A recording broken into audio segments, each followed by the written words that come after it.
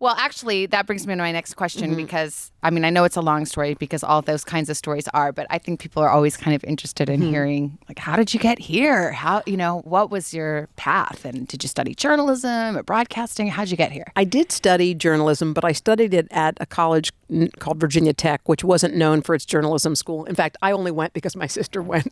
This is how I planned my life. Is it fun? Yeah, okay. So I remember I went, my brother went because I went. I mean, we had there was no life plan. And so when I graduated from college, I assumed that I would get a job in journalism. I studied it because I enjoyed it and I liked covering news and stuff. And I'll never forget, I was home and all my friends had jobs except me, and I felt sort of like a loser. And they were all saying, "You don't have any work yet? You don't have a job?" And I had one job interview lined up, and it was an hour from my house in Richmond, Virginia. So I asked my mom, I said, "Mom, can I borrow the car? I need to drive to Richmond and get the job and then come back." She's like, "Oh, yes, you can do it." So I got a new green suit and my hair was all blown out and I was ready. I had my resume tape and I drove to this station and I walk in the newsroom. I'll never forget it. I looked around and I was like, "This is awesome. I'm going to sit there and I'm going to date him." Like I planned my whole life.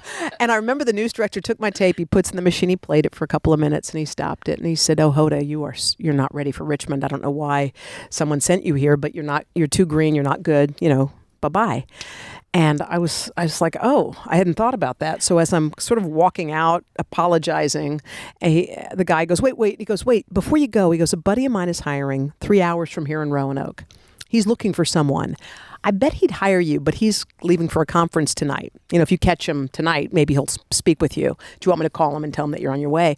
I said, "Please call him and tell him I'm coming." So I called my mom. My mom's like, "How was Richmond?" I'm like, "Mom, I don't want Richmond. I want Roanoke. Come on, man." So I drove to Roanoke. I looked around there. I was like, I get to the station. I'm like, "Oh, I'll sit there. I'll date him. Like, it's good here too." Gave the news director my tape. He watched it. He popped it out after 30 seconds and he said, "I don't know who sent you here, but you are so not ready for Roanoke."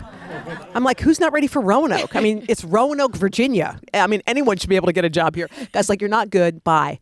So as I'm walking out, he says, "Wait, a buddy of mine's hiring in Memphis, Tennessee." He said, "Do you want me to call him and tell him you're coming?" I said, "Call him." Tennessee's the long, skinny state. Memphis is at that end. I drove all the way across all night. The guy met me. He took the tape. He put it in. He said, "You are so not ready for Memphis." I was in that car driving around for 10 days. I got rejected everywhere. Anywhere you can think of in the Southeast, I got rejected.